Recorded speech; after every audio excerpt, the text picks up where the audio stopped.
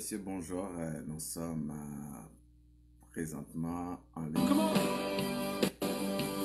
C'est la chronique spéciale du dimanche avec pasteur Jean-David Pierre-Louis qui rentre chez vous en ce dimanche 26 avril, le dernier dimanche du 4e mois de l'année. Tout le plaisir est pour moi de rentrer chez vous pour vous présenter cette chronique spéciale du dimanche. Alors, je souhaite à chacun de vous la plus cordiale bienvenue durant les quelques minutes que nous allons passer ensemble. Nous espérons que le Seigneur va vous bénir, va nous accompagner afin que nous puissions avoir un temps spécial, un temps béni, un temps de bénédiction, non seulement à travers la musique, la prière et aussi la parole de Dieu. Je vous rappelle que cette chronique spéciale vous est apportée par l'Église évangélique du Renouveau, située au 3190 rue de Launay à Laval, dont je suis le pasteur principal et j'ai des collaborateurs avec moi, à savoir le pasteur Jean-Wilner Paul, ainsi que sa famille. Nous avons aussi le pasteur Siméon Vilneus, ainsi que sa famille. Alors, je vous souhaite encore bienvenue. Bonjour à Sœur Nicole et bonjour à tous les amis qui sont déjà branchés pour cette chronique spéciale du dimanche apportée par l'Église évangélique du Renouveau. Toute arme forgée contre toi, toute arme forgée contre moi est nulle et sans effet. Ressuscité, vit en moi. Son nom est Jésus. Je suis né de Dieu. Je suis victorieux. Je suis victorieux. Né pour influencer. Rempli du Saint. J'aimerais le dire encore pour quelqu'un. Je suis né de Dieu. Je suis victorieux. Mais pour influencer. Rempli du Saint-Esprit. Partagez, partagez, partagez, partagez. Tu es victorieux. Mais pour influencer. Rempli du Saint-Esprit. Laisse-moi t'entendre dire.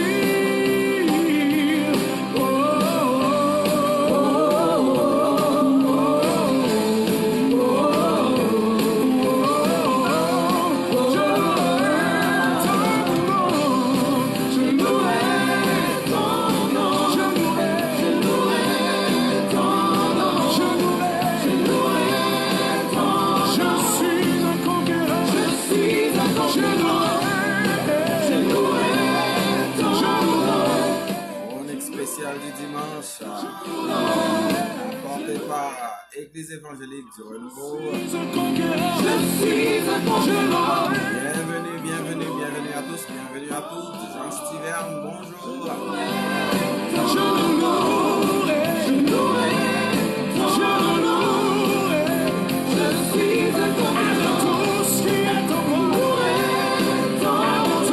Adorons avec le pasteur Daniel Saint-Hilaire. Je suis victorieux, je suis né de Dieu, je suis un conquérant. Je suis un conquérant. Je suis un conquérant. Je suis un conquérant. Je suis un conquérant. Je suis un conquérant. Je suis un conquérant. Je suis un conquérant. Je suis un conquérant. Tu es victorieux. Tu es victorieux. Tu es victorieux. Tu es victorieux. Tu es victorieux. Tu es victorieux. Tu es victorieux. Tu es victorieux. Tu es né pour influencer.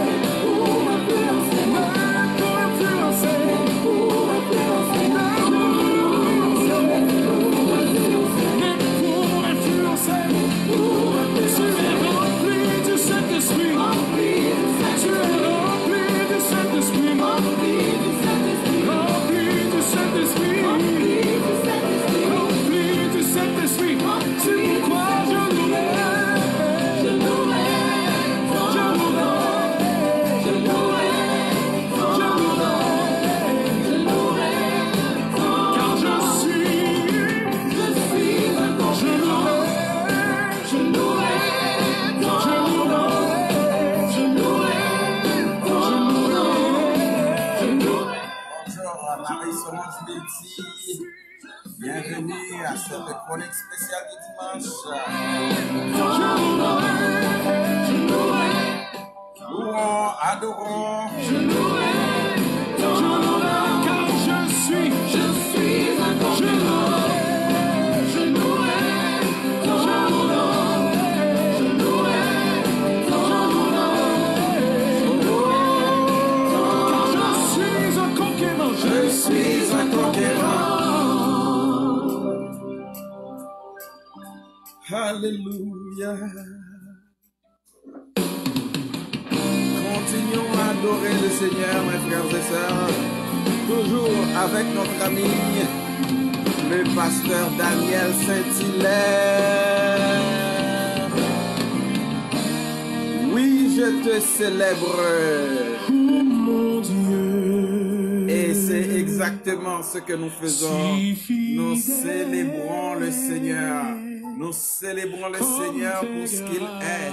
Nous célébrons le Seigneur pour ce qu'il fait. Nous célébrons le Seigneur pour la vie, l'être et le mouvement que nous recevons de lui. Nous célébrons le Seigneur pour la respiration. Nous célébrons le Seigneur pour la santé. Nous célébrons le Seigneur même pour le confinement. Parce que à travers ce confinement, dis-moi mon frère, dis-moi ma soeur, n'es-tu pas plus en connexion avec ton Seigneur? Célébrons le Seigneur. Je salue mon épouse qui est en ligne et qui nous écoute, ma sœur Marie Islam Gabrielle Pierre-Louis. Célébrons en ce dimanche 26e du 4e mois. Célébrons le Seigneur.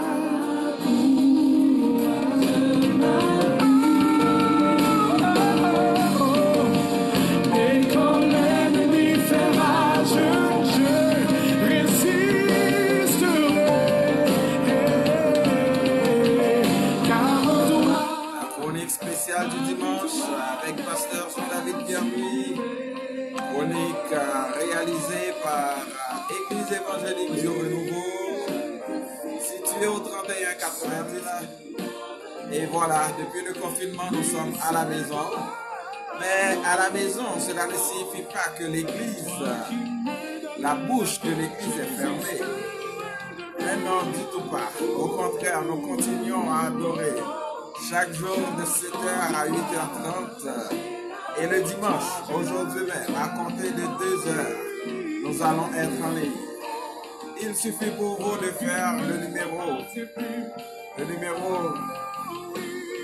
438 601 46 99. 438 601 46 99. Aujourd'hui, nous allons avoir comme artiste invité la sœur Georgette Isidore qui viendra nous accompagner au cours de ce service. Donc l'église continue à fonctionner, gloire à Dieu. Aujourd'hui, à compter de 2h, 438 601 46 99. Et si vous êtes aux États-Unis, vous pouvez faire 401 383 2000 et le code c'est 438 601 46 99 et vous ajoutez un carré dièse. Si vous êtes en République dominicaine, vous pouvez nous écouter au 829 929. C'est le même code 438 601 46 99 avec dièse à la fin. Si vous êtes dans le reste du Canada, pas au Québec, mais dans le reste du Canada, vous pouvez faire le 647 694 48 42 avec le même code 438 601 46 99 dièse. Et si vous êtes en France, vous pouvez aussi nous écouter au 01 82 88 57 11 avec le code 438 601 46 99. Si vous êtes au Brésil, vous pouvez aussi là nous écouter en faisant 11 35 00 83 39 avec le code 438 601 46 99 avec dièse à la fin. Et si vous êtes au Québec, pas besoin de code, juste 438 601 46 99 et vous allez pouvoir suivre le culte d'aujourd'hui à compter de 2 heures et ça va être spécial. La semaine passée, on a eu le privilège d'avoir l'artiste Julien Janvier avec nous qui nous a bénis à travers un temps spécial de chansons. Et aujourd'hui, nous allons avoir comme artiste invité la sœur Georgette Isidore qui chantera entre autres pour nos dieux fidèles. Il ne change pas. Donc, je vous invite à nous rejoindre à travers cette ligne téléphonique à compter des 2 heures. 438 601 46 99. Nous allons prier le Seigneur. Seigneur, merci pour ce privilège que tu nous accordes de nous retrouver encore devant toi en ce dimanche glorieux, dimanche spécial, le dernier du 4e mois de l'année. Merci d'avoir été avec nous tous les autres dimanches passés, quoiqu'en confinement, mais nous avions continué à te célébrer, à te louer, parce que, ô Père, tu mérites d'être célébré. Chaque jour, tu mérites d'être célébré. Chaque jour, tu mérites d'être loué. Chaque jour, tu mérites d'être glorifié. Car tu es grand. Tu es extraordinaire. Tu es le Dieu, ô Père, à nul autre pareil. Tu es le Dieu souverain. Oh, reçois le sacrifice d'action de grâce que nous voulons t'offrir en ce moment. Reçois le sacrifice de louange que nous voulons t'offrir en ce moment. Reçois le sacrifice d'action de grâce que nous voulons t'offrir en ce moment. Oh, reçois notre sacrifice. Oh oui, mon corps, mon cœur, mon âme ne m'appartiennent plus. Ton amour les réclame. Ils sont à toi, Jésus. Oh, ton amour.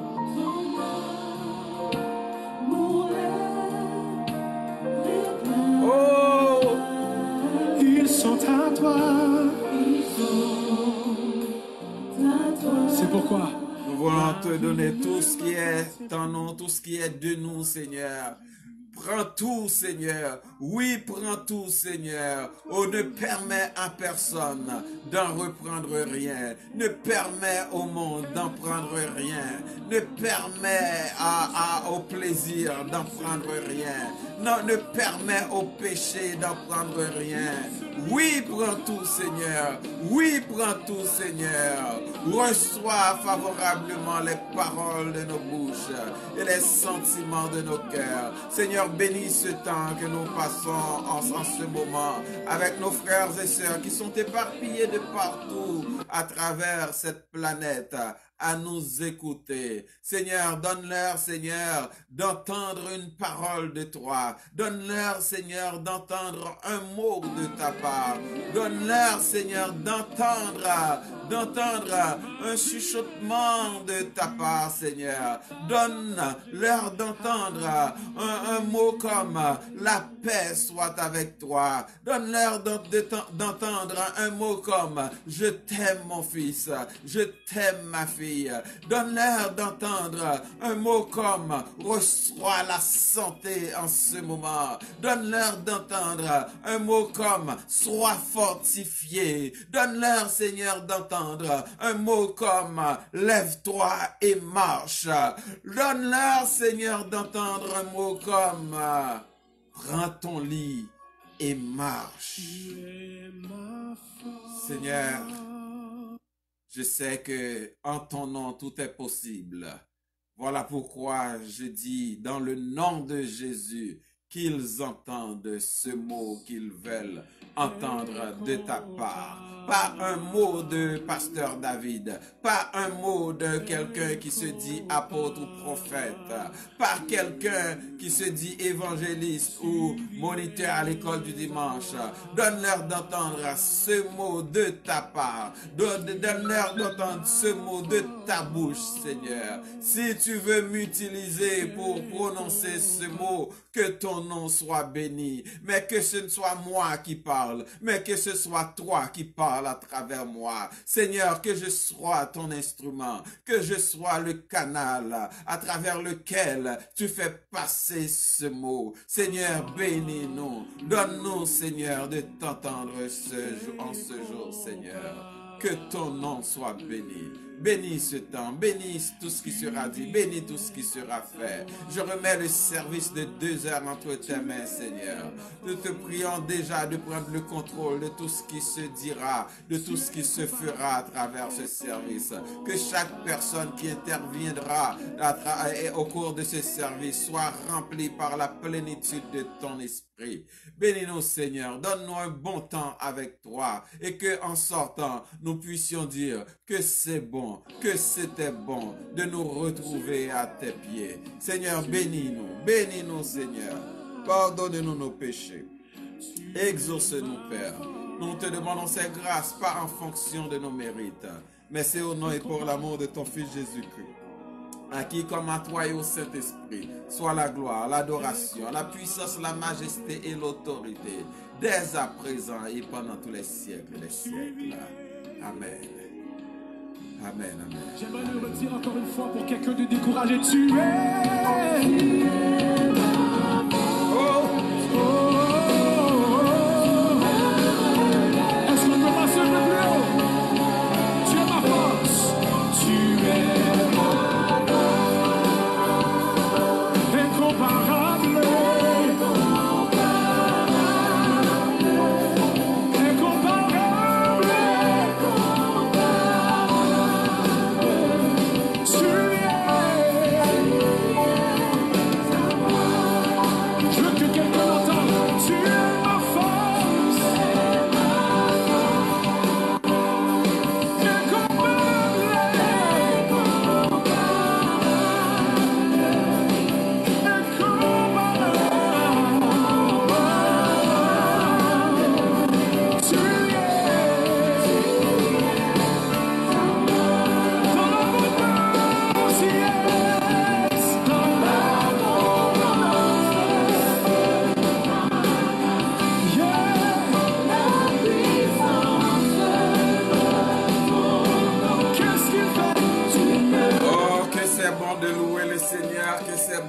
Dans la présence du Seigneur, que c'est bon d'être au pied du Seigneur. Et c'est là que je vous invite en ce moment. Nous allons étudier, comme vous voyez, le thème pour ce matin. Retrouve ton premier thème que nous retrouvons à travers le texte que nous allons lire pour vous tout à l'heure, qui se trouve dans Apocalypse chapitre 2. Du verset 1er au verset 7, je vous invite ce matin à retrouver votre premier amour. Donc, bienvenue à notre sœur Sephora du côté de Tennessee, une collaboratrice là-bas, tandis que je salue mes autres collaboratrices, ma collaboratrice Ortela qui est du côté de Laval, ma collaboratrice la sœur Narchata qui est du côté de Aruba et ma collaboratrice Margaret Glémo qui est du côté de Montréal. Ce sont ces gens qui nous aident à partager cette chronique à travers le monde, à travers les réseaux, à travers WhatsApp. Alors, à travers juste, vous n'aviez qu'à copier le lien et partager ça sur votre page WhatsApp afin que plus de monde puisse nous écouter. Voilà, et nous allons, mes frères et sœurs, ouvrir la parole parce que nous allons juste faire quelques annonces et puis tout de suite après, ça va être être la parole. Ça va être la parole, la parole. Et l'annonce, c'est que nous vous invitons à nous suivre. Nous vous invitons à nous suivre chaque jour. Parce que, comme je vous dis, l'Église évangélique du Renouveau continue à fonctionner en dépit d'ailleurs. Nous fonctionnons, nous sommes là, nous fonctionnons plus que d'habitude. Chaque jour, nous sommes là et de 7 heures jusqu'à 8h30, nous avons un temps de prière. Alors, si vous voulez passer un temps de prière et l'enseignement et à écouter l'enseignement de la parole de Dieu du lundi au vendredi, nous sommes là. 438-601-4699, 438-601-4699, c'est là que vous pouvez vous connecter avec nous. Et si vous êtes de partout, soit aux États-Unis, soit en France, soit en République dominicaine, soit au Brésil ou d'autres. Il y a aussi possibilité, il suffit de regarder sur ma page, vous allez avoir toutes les informations. Vous qui êtes soit au Brésil, en France ou whatever, Kotoya, vous avez tendez-nous. Donc, il y a possibilité pour tendez-nous. Mais chaque dimanche aussi, nous sommes réunis à compter de 2 heures, toujours sur la même ligne, 438-601-4699.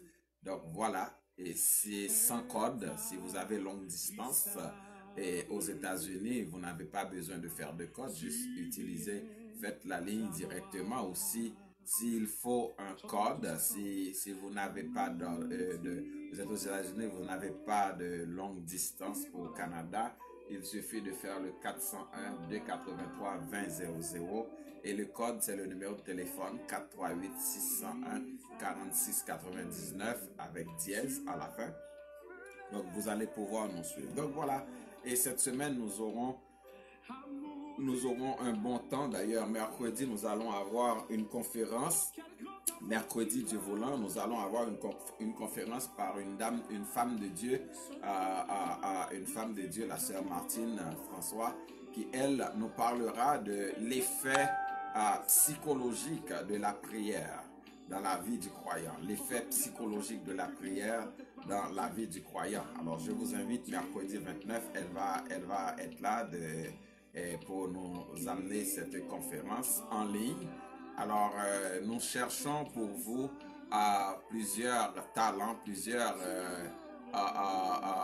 monde qui connaît et pour être capable de venir ensemble avec nous. Cette semaine passée, nous avions eu une kyrielle de prédicateurs extraordinaires qui nous ont parlé de la part du Seigneur. On a été bénis et cette semaine encore, nous allons en avoir d'autres, y compris et moi, Pasteur Paul, Pasteur Siméon et autres. Donc, je vous invite à vous connecter avec nous pour 7 ans et béni à travers cette semaine. C'est là les annonces.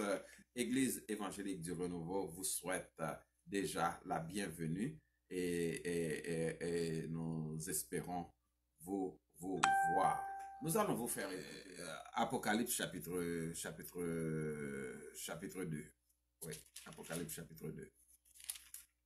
Du verset 1er au verset 7.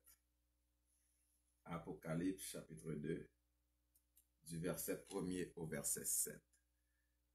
Écrit à l'ange de l'église d'Éphèse. Voici ce que dit celui qui tient les 7 étoiles dans sa main droite.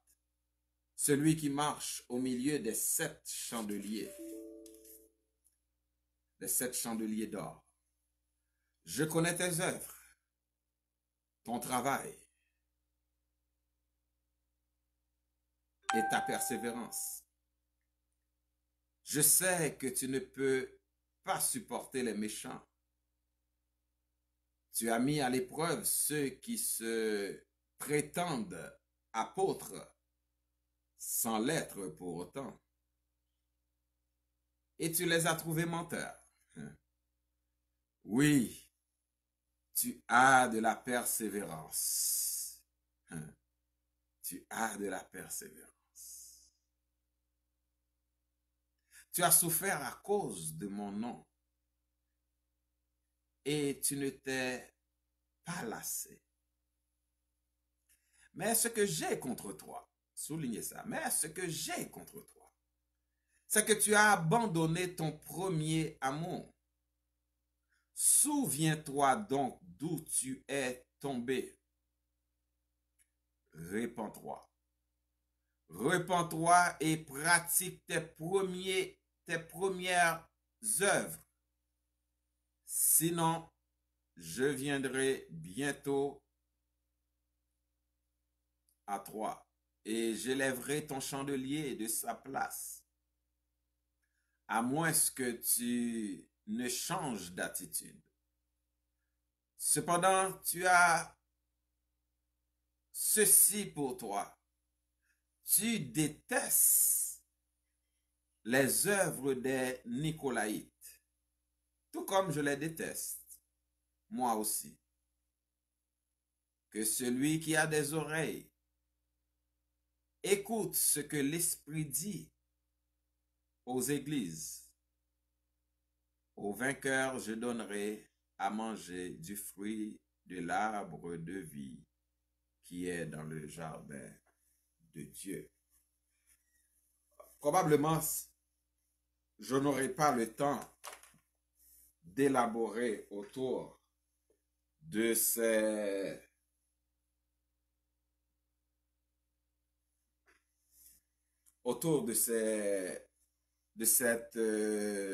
lecture. Parce qu'il y a tellement de choses qu'on pourrait voir, parce que on se donne juste une trentaine de minutes, au moins ce que ça, pour partager avec vous cette méditation. Mais je voudrais attirer votre attention surtout sur le fait que l'église d'Éphèse n'était pas une si mauvaise église. Laissez-moi vous dire que l'auteur, qui est l'apôtre Jean, il a été déporté sur l'île de Patmos et il a reçu cette révélation de la part du Seigneur d'envoyer une lettre à chacune des églises d'Asie dont le nombre était 7. Il faut dire qu'il n'y a pas trop de variations au niveau de ces lettres. Dans chacune des lettres, on retrouve presque le même format. D'abord, il présente Christ avec différents attributs. Pour l'église d'Éphèse, au chapitre 2, verset 1, on présente Jésus comme étant celui qui tient les 7 étoiles. En ce qui concerne l'église de Smyrne, au chapitre 2, le verset 8, on présente Jésus comme étant celui qui est le premier et le dernier, qui était mort et qui est revenu à la vie. En ce qui a trait à l'église de Pergame, on présente Christ comme étant celui qui tient l'épée aiguisée à double tranchant. En ce qui concerne l'église de Thyatire, Jésus est présenté comme le Fils de Dieu. Pour l'église de Sardes, au chapitre 3, verset 1er, Jésus est présenté comme celui qui a les 7 esprits de Dieu et les 7 étoiles. Pour l'église de Philadelphie, au chapitre 3, verset 7, Jésus est présenté comme le saint, le véritable et qui tient la clé de David. Et enfin, en ce qui concerne l'église de Laodicée, au chapitre 3, verset 14, Jésus est présenté comme celui qui s'appelle Amen, le témoin digne de la foi. On retrouve dans chacune de ces lettres aussi une déclaration commune. Je connais tes œuvres. Je sais. Je connais tes œuvres. Je sais. Quand le Seigneur dit je connais et je sais, c'est surtout pour accentuer. Bonjour à notre sœur Narchata depuis Aruba. C'est pour accentuer qu'il est au courant de tout. Rien que tu ne fasses, ne puisse passer inaperçu devant ses yeux, devant son intelligence, car il connaît tout, il voit tout, il sait tout et il est partout. Le Seigneur dit aux églises, je connais et je sais.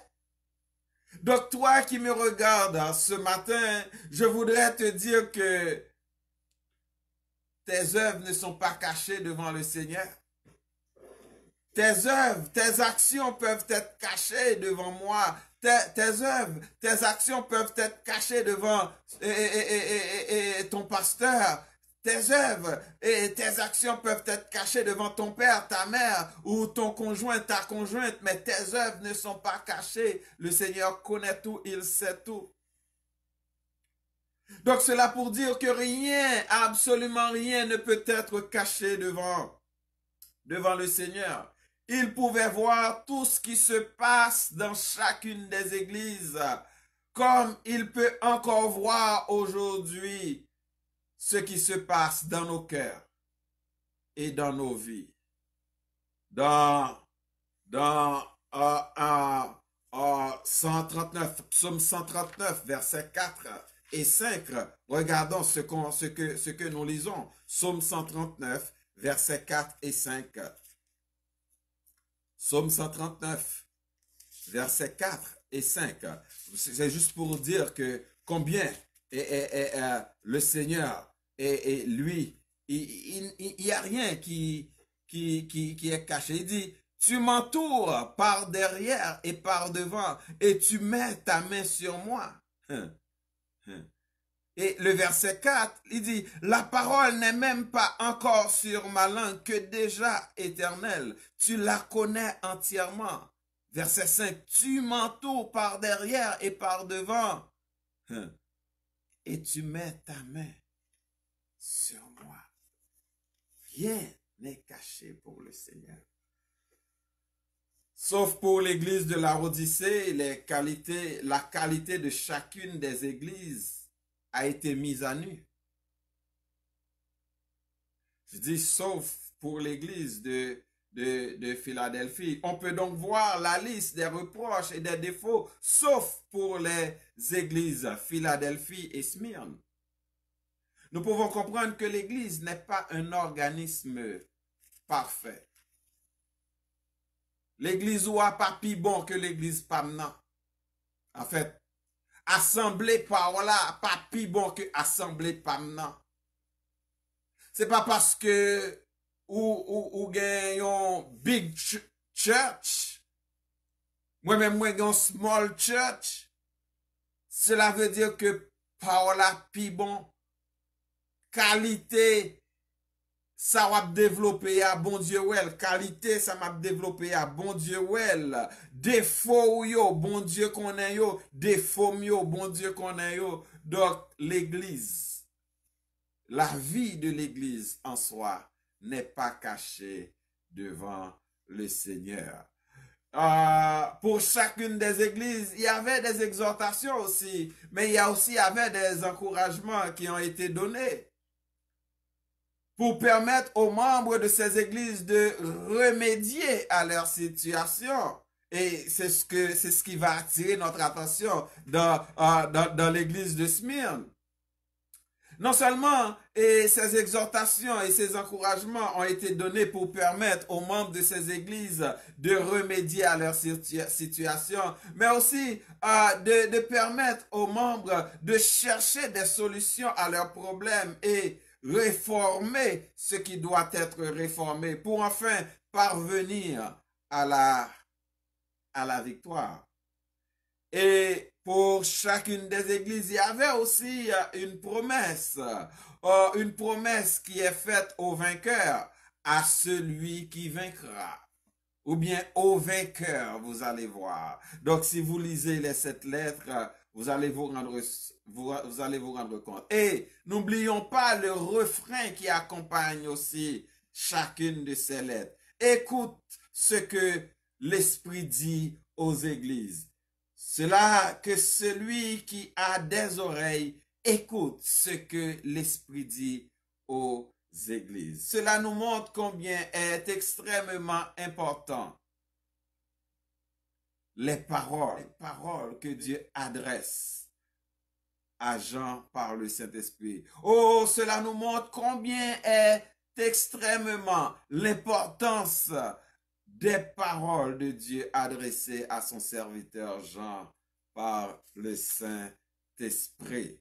Là, mes frères et sœurs, nous sommes là à cette église qui nous intéresse ce matin. Parmi les 7, il s'agit de l'église d'Éphèse. De l'église d'Éphèse. L'église d'Éphèse dont nous venons de faire la lecture au chapitre 2 du verset 1er au verset 7e. Mes frères et sœurs, cette lettre s'adresse à l'ange, si vous regardez à l'ange de cette église. L'ange de cette église signifie littéralement le messager, l'envoyé, c'est-à-dire celui que Dieu a mis à la charge de cette église, qui doit jouer son rôle en tant que pasteur, en tant que leader, en tant que responsable. Souvent, en parlant d'ange d'une église, on fait référence au pasteur, pas à des êtres célestes, parce qu'il y a des reproches. Et il ne peut pas avoir de reproches parce que les êtres célestes, les anges, ils font le travail de Dieu. Les anges qui ont été déchus et avec le diable, les autres, c'est une autre catégorie. Mais les anges qui sont restés au service de Dieu, ils ne peuvent pas avoir de reproches pour eux.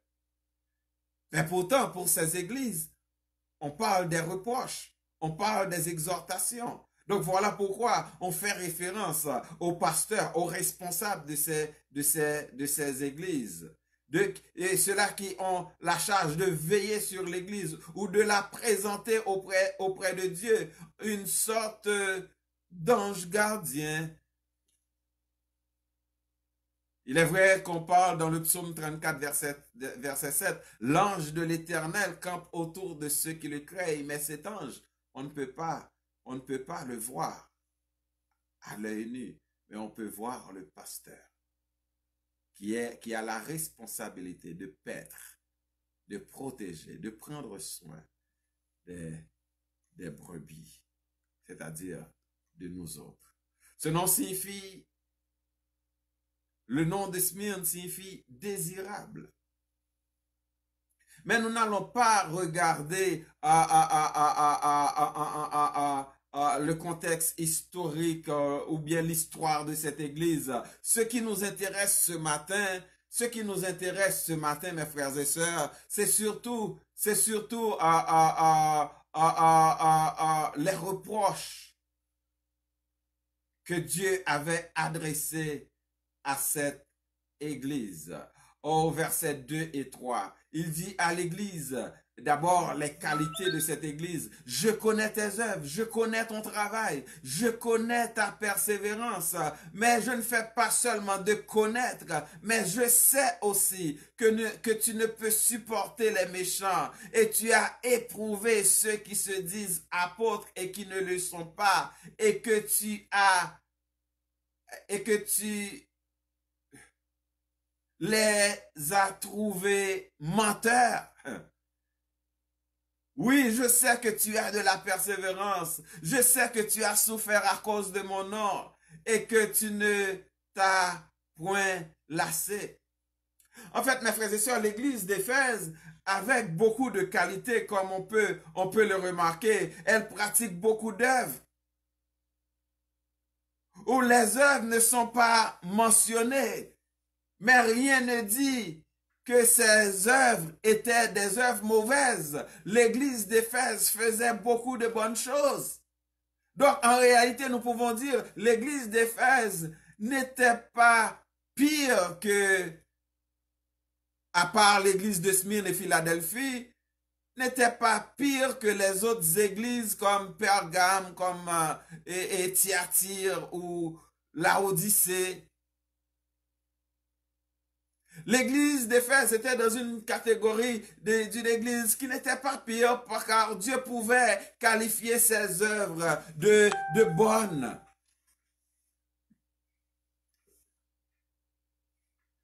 Oh, cette église ne supporte pas les méchants. Donc, quand il y a un méchant dans cette église, l'église ne pouvait pas supporter comme aujourd'hui. On peut voir dans nos églises, on caresse les méchants. Les hommes méchants aujourd'hui, ce sont eux qui sont des leaders dans nos églises. On les caresse. On croit dans ce qu'ils disent. On les supporte. C'est-à-dire qu'ils sont méchants. Ils cachent leur méchanceté sous leur veste. Mais ce sont des hommes. Ce sont ces hommes qu'on donne de l'importance. Ce sont ces hommes qu'on regarde comme leaders, comme des personnes ayant de notoriété publique. Quand ils parlent, tout le monde écoute. Ce sont ces hommes méchants qu'on éloge. Mais pourtant, l'église d'Éphèse ne pouvait pas supporter les méchants. On ne laisse pas n'importe qui prêcher n'importe quoi dans l'église. Il y a pas longtemps, il y a quelqu'un qui m'a appelé pour me dire: pourquoi on laisse tel et tel prêcher? Parce que quand il monte sur la chair, il ne fait que dire des bêtises. Il ne fait que injurier le monde. Des hommes qui n'ont plus de message. Donc, l'église d'Éphèse faisait partie de ces églises-là qui ne pouvaient pas supporter les méchants.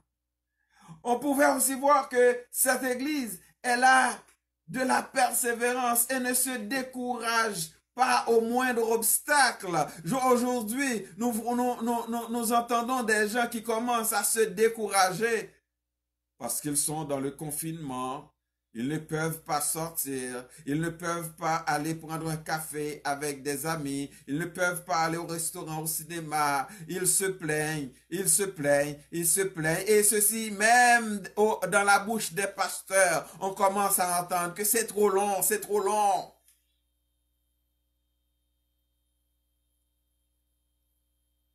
Mais cette église, il donnait l'exemple d'une église persévérante. Même à travers les obstacles, l'Église persévère. Même à travers les difficultés, l'Église. Et si on regarde l'histoire de cette Église, c'est une Église qui avait pris beaucoup de coups durant son histoire. Oui, une Église qui avait pris beaucoup de coups. Beaucoup de mouvements. Il a connu beaucoup de mouvements. Et si je remonte dans l'histoire de cette Église, on va voir que cette église, je vais regarder, et cette église avait été détruite. 3 bâtiments très célèbres parmi ces 3 bâtiments. L'église, les ruines du temple existent encore aujourd'hui. Elles sont en mauvais état, certes. Donc, mais c'est une église qui avait eu des souffrances.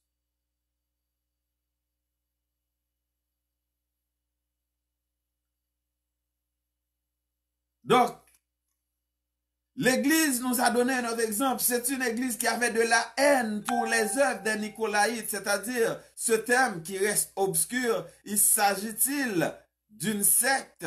On ne sait pas, d'une déviation dont dont le chef aurait été un certain Nicolas? Je ne sais pas. S'agit-il de prêtres qui auraient tenté de séduire l'Église et d'introduire une hérésie? Je ne sais pas. Cependant, non seulement c'était une tendance qui faisait peut-être tache d'encre au cours dans l'existence de cette église pendant que l'église existait, mais c'était une tendance peut-être religieuse qui voyageait à travers des églises. Mais on nous dit que l'église d'Éphèse avait de la haine pour les Nicolaïtes. Et le Seigneur dit, moi aussi, je déteste cette mentalité, je déteste cette tendance. Donc, l'Église avait manifesté les mêmes sentiments du Seigneur vis-à-vis de cette tendance peut-être religieuse ou autre, je ne sais pas. Mais l'Église avait de la haine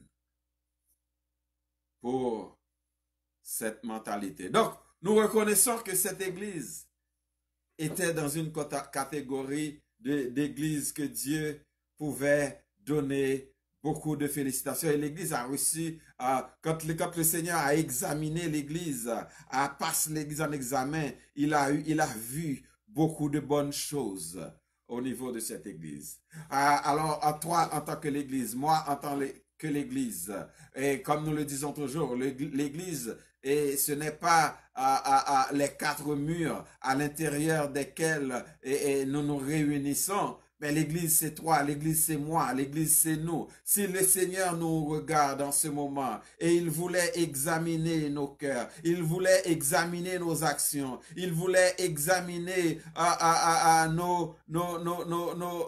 je ne sais pas, nos attitudes, nos comportements, quel point nous donnerait-il? Quel point nous donnerait-il? Voilà pourquoi, c'est pas sans raison. Ce matin, je suis en train de vous dire de retrouver votre premier amour. C'est-à-dire l'amour qui était manifesté le jour où tu as accepté, les premiers jours, les premiers temps, les premiers moments que tu avais accepté Christ dans ta vie comme Seigneur, comme Sauveur. Et vous cherchez cet amour aujourd'hui, vous ne le voyez pas. Oh, cet amour a changé en de mauvais sentiments vis-à-vis de ton prochain, vis-à-vis. Et c'est exactement parce que, tandis que cette église était une église florissante, tandis que cette église était une église riche, tandis que cette église était une église vraiment avec beaucoup de richesse, mais cette église négligeait le prochain, cette église négligeait l'amour du prochain, cette église négligeait certaines choses importantes, plus que les œuvres que tu fais.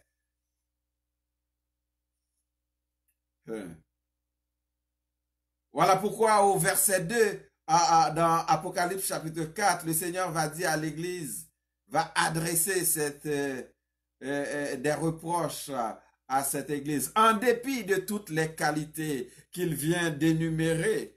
Donc c'est pour vous dire que nos qualités, mes frères et sœurs, ne sont pas plus grandes, aussi belles, aussi bonnes que nos qualités puissent être, aussi belles et belles que nos œuvres puissent être. Elles ne sont pas plus grandes que l'amour que nous devons avoir pour nos prochains et pour Dieu. Pour nos prochains et pour Dieu. Pourquoi je dis pour nos prochains d'abord? Parce que tout simplement, l'amour pour Dieu que nous disons avoir doit se voir à travers l'amour que nous avons pour notre prochain. La façon que nous regardons notre prochain. La façon la façon dont nous pensons de notre prochain. La façon dont nous regardons nos prochains. C'est là.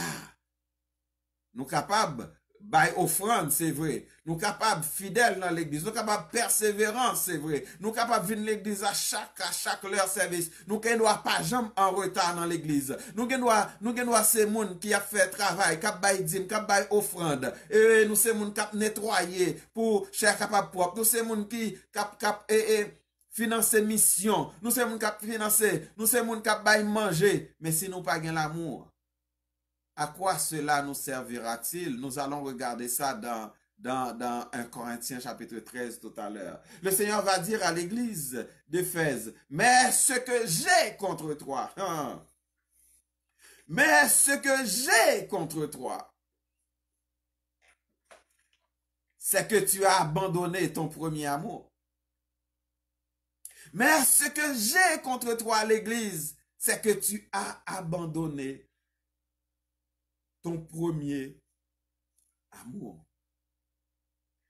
Ce qu'il nous faut comprendre ici, mes frères et sœurs, c'est que il ne s'agissait pas seulement de l'amour pour Christ, comme nous venons de le dire, mais aussi et surtout l'amour pour le prochain. Oh, ce n'était pas, l'Église n'avait pas connu une déviation doctrinale. Si nous pouvons regarder encore les qualités de la qualité de cette église et les œuvres, les qualités que le Seigneur a énumérées dans ce texte pour cette église et les œuvres qui ne sont pas mentionnées, que nous pensons que c'était de bonnes œuvres. Il n'y avait pas de déviation doctrinale. Oh non, mes frères et sœurs, il ne s'agissait pas d'une position ambiguë face à certaines théologies discutables. Non, il ne s'agissait pas ça. Il ne s'agissait non plus d'une infidélité dans l'église. Il ne s'agissait pas non plus d'un scandale dans l'église qui mettait en péril l'église. Non, ce n'était pas ça. Non, ce n'était pas ça. Mais d'ailleurs, si on regarde dans le livre des Actes, le chapitre 19, on verra comment les chrétiens d'Éphèse manifestaient un amour abondant pour le Seigneur, au point qu'on brûlait les livres de sorcellerie qui valaient très cher. Lisez Actes chapitre 19. Quand l'Église a connu Christ, quand Christ est entré dans cette Église, l'Église avait fait preuve d'un amour brûlant, d'un amour débordant pour le Seigneur. Mais voilà, à cause de la richesse de cette Église, à cause de l'abondance de cette Église, à cause de tout, de la parure, des parures de cette Église, à cause des installations dans cette église, à cause des richesses matérielles de cette église, l'église continuait à faire des œuvres. L'église continuait à manifester de bonnes qualités, mais l'église avait négligé l'amour. Oh, mes frères et sœurs, oh, jetons un coup d'œil dans 1 Corinthiens chapitre 13.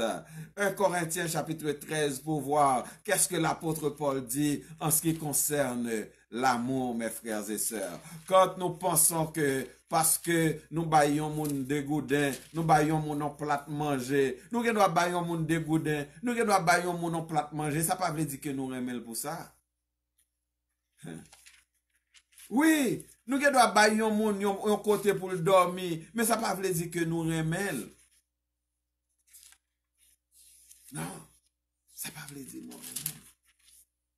Regarde, il dit, si je parlais les langues des hommes, et même celles des anges, mais que je n'ai pas l'amour, je suis un cuivre qui résonne, c'est-à-dire un tambour qui résonne, ou une cymbale qui retentit. Si j'ai les dons de prophétie, de compréhension, le don de compréhension de tous les mystères, de toute la connaissance, si j'ai même toute la foi jusqu'à transporter des montagnes, mais que je n'ai pas l'amour, je ne suis rien. C'est-à-dire, même la foi n'est pas plus que l'amour, mes frères et sœurs. Même la foi n'est pas plus que l'amour. Alléluia. Il dit, si je je distribue tous mes biens aux pauvres, si même je livre mon corps aux flammes, mais que je n'ai pas l'amour, cela ne me sert à rien. Même les sacrifices, mes frères et sœurs, ne sont pas plus grands que l'amour. Les sacrifices ne sont pas plus grands que l'amour. Voilà quelques qualificatifs de l'amour. L'amour est patient. Il est plein de bonté. L'amour n'est pas envieux. L'amour ne se vante pas. Il ne s'enfle pas d'orgueil. Il ne fait rien de malhonnête. Il ne cherche pas son intérêt. Il ne s'irrite pas. Il ne soupçonne pas le mal. Il se réjouit de l'injustice. Il ne se réjouit pas de l'injustice, mais il se réjouit de la vérité. L'amour pardonne tout, l'amour croit tout, l'amour espère tout, l'amour supporte tout. L'amour ne meurt jamais. L'amour ne meurt jamais. Les prophéties disparaîtront. Les langues cesseront. La connaissance disparaîtra. En effet, nous connaissons partiellement et nous prophétisons partiellement. Mais quand ce qui est parfait sera venu et ce qui est partiel disparaîtra. Lorsque j'étais enfant, je parlais comme un enfant. Je pensais comme un enfant. Je raisonnais comme un enfant. Lorsque je suis devenu homme, j'ai mis fin à ce qui était de l'enfant. Aujourd'hui, nous verrons face à face. Aujourd'hui, je connais partiellement, mais alors je connaîtrai complètement, tout comme j'ai été connu. Maintenant, ces trois choses demeurent. Ces trois choses restent. La foi, l'espérance et l'amour. Mais la plus grande de ces choses, ce n'est pas la foi. Ce n'est pas l'espérance, ce ne sont pas les œuvres, ce ne sont pas les qualités que tu as, mais c'est l'amour. Où est passé ton premier amour? Il faut le retrouver. Et c'est ce que le Seigneur avait contre l'église d'Éphèse. Il dit, ce que j'ai contre toi, l'église, alléluia. C'est pas que tu ne persévères pas. Ce que j'ai contre toi, ce n'est pas que tu ne fais pas des œuvres, et l'église d'Éphèse. Ce que j'ai contre toi, ce n'est pas le fait que tu n'aies pas de bonne qualité. Ce que j'ai contre toi, ce n'est pas le fait que tu es une église de qualité. Mais ce que j'ai contre toi, c'est que tu perds l'essentiel. Tu perds l'amour. Tu abandonnes l'essentiel, tu abandonnes l'amour. C'est juste ça que j'ai contre toi. Donc il faut que tu te ressaisisses, l'église. Il faut que tu ailles chercher cet amour perdu. Il faut que tu ailles retrouver cet amour abandonné. Oui, ce que j'ai contre toi, l'église qui m'écoute en ce moment, ce que j'ai contre toi, c'est que tu as abandonné ton premier amour. Où est passé cet amour? Oh, tu chantes à tous ceux qui veulent entendre. Oh, j'aime Dieu. Oh, j'aime Dieu. J'aime Dieu. Mais regarde, mes frères et sœurs, comment tu peux dire que tu aimes Dieu et pourtant tu ne fais pas l'essentiel? Regardons dans 1 Jean chapitre 3, verset 18. 1 Jean 3, verset 18 et 19. 1 Jean 3, 18 et 19. Regardons ce que la parole de Dieu nous dit. 1 Jean 3, verset 18 et 19. N'aimons pas en parole et avec la langue. Pas du aimer seulement avec bouche. Hein? Ou ap chante, oh m'reme tel, m'reme se, m'reme frère. Pourtant, l'on gade sor là, l'on gade frère là, ou pas wel, Jean mon Dieu wel. Non. Faut commencer à repenser, penser. Lisez la parole de Dieu pour comprendre qu'est-ce que cela signifie aimer. Il dit, n'aimons pas en parole et avec la langue, mais en acte et avec vérité. Par là, nous saurons que nous sommes de la vérité et nous rassurons notre cœur devant lui. En effet, même si notre cœur nous condamne, Dieu est plus grand que notre cœur et il connaît tout. Bon Dieu connaît ça va dire s'il vrai, s'il pas vrai. Hein? Bon Dieu connaît. Bon Dieu connaît.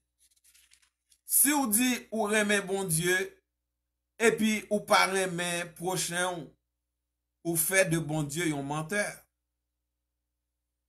Ou fait de bon Dieu toujours dans chapitre 3 de 1 Jean. Ou fait de bon Dieu un menteur.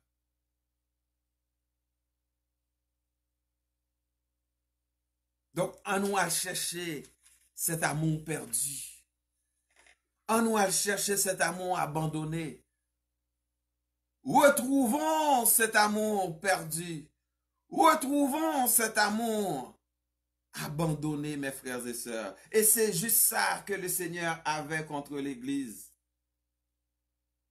Oh, en dépit d'un zèle remarquable que faisait montre l'Église, en dépit d'une vie spirituelle puissante de l'Église, en dépit d'un profond enthousiasme qui caractérisait les débuts de cette Église, mais cela n'a pas duré. Le temps, l'habitude, la routine peut être la tradition naissante. La tradition naissante ont agi et le premier amour a hélas diminué. C'est pourquoi la Bible ne le dit pas. Cependant, si l'on considère les richesses si impressionnantes de l'église d'Éphèse à cette époque, on peut soupçonner que la vie facile, le confort, le matérialisme a pu refroidir les Éphésiens. Et c'est ça qui arrive nous en pile fois, oui. Parce que nous avons touché des goudins. Parce que nous pas dans loyer, nous avons caille, nous avons piscine, nous avons belles meubles, nous avons belles machines à courir, nous avons belles.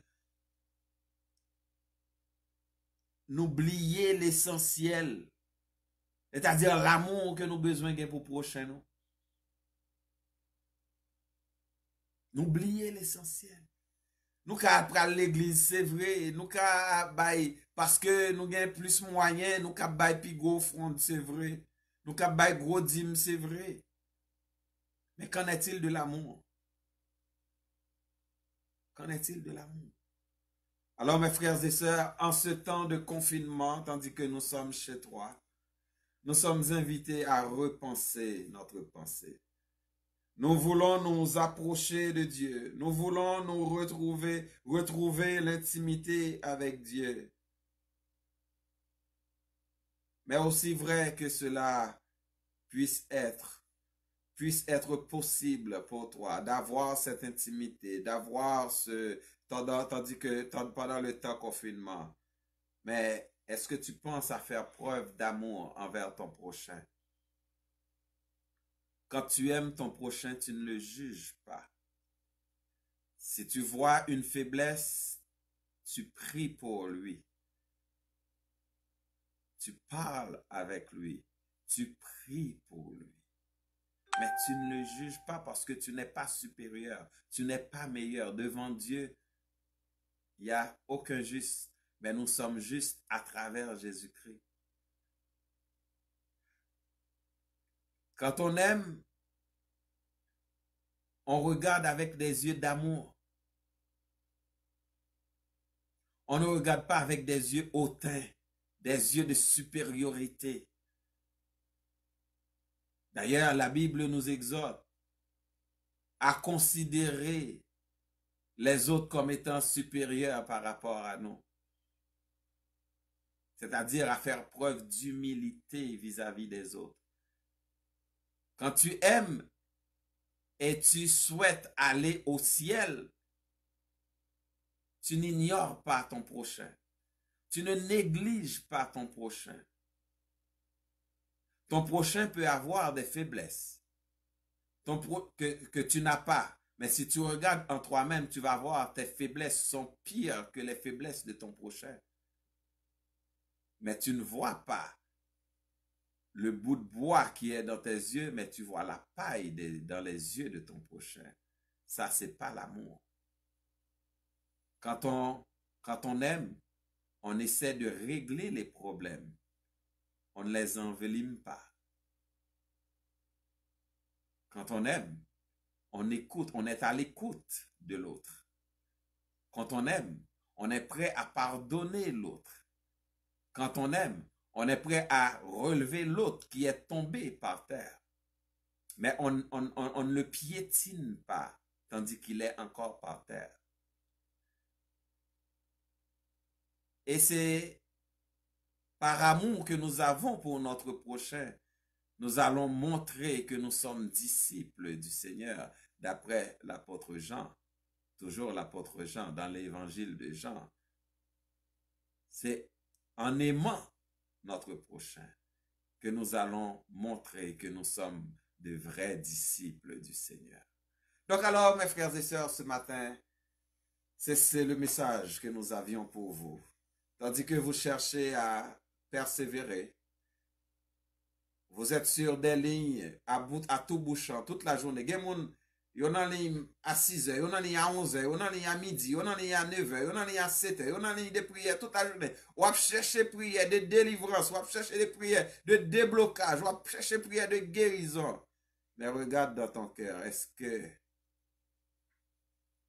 que c'est pas un manque d'amour que tu devrais, c'est pas demander la prière que tu devrais faire, c'était que le Seigneur ait d'augmenter l'amour dans ton cœur pour ton prochain. Ou si tu l'avais abandonné, de te permettre d'aller chercher cet amour là où tu l'avais déposé, là où tu l'avais abandonné. Retrouve ton amour, mon frère. Retrouve ton amour, ma sœur. Retrouve ton amour. Et c'est à cela que tu vas montrer que tu es des disciples du Seigneur. Seigneur, merci pour cette parole que tu nous as adressée ce matin. Tu nous as montré ce matin à travers ta parole que nos œuvres, les bonnes qualités que nous puissions avoir, ne sont pas plus que l'amour que nous devons montrer envers nos prochains. D'ailleurs, l'amour que nous avons pour toi doit être prouvé à travers l'amour que nous avons pour nos prochains. D'ailleurs, nous ne pouvons pas te voir puisque tu es esprit. Comment nous pouvons te dire que nous t'aimons, toi que nous ne voyons pas, et négligeons nos prochains que nous voyons? Donne-nous, Seigneur, de faire preuve d'amour, de retrouver cet amour perdu, de retrouver cet amour abandonné, afin que nous puissions te faire plaisir. Parce que semblez au ses désirs, non. L'un seul, l'un parmi moun, semblez au dans toute vie, nous voulons sembler au Seigneur. Donne-nous de retrouver cet amour, de le retrouver en nous-mêmes, caché en nous-mêmes, à l'intérieur de nous-mêmes. Et ainsi, nos belles œuvres, nos bonnes œuvres, nos belles qualités pourront avoir plus d'importance à tes yeux.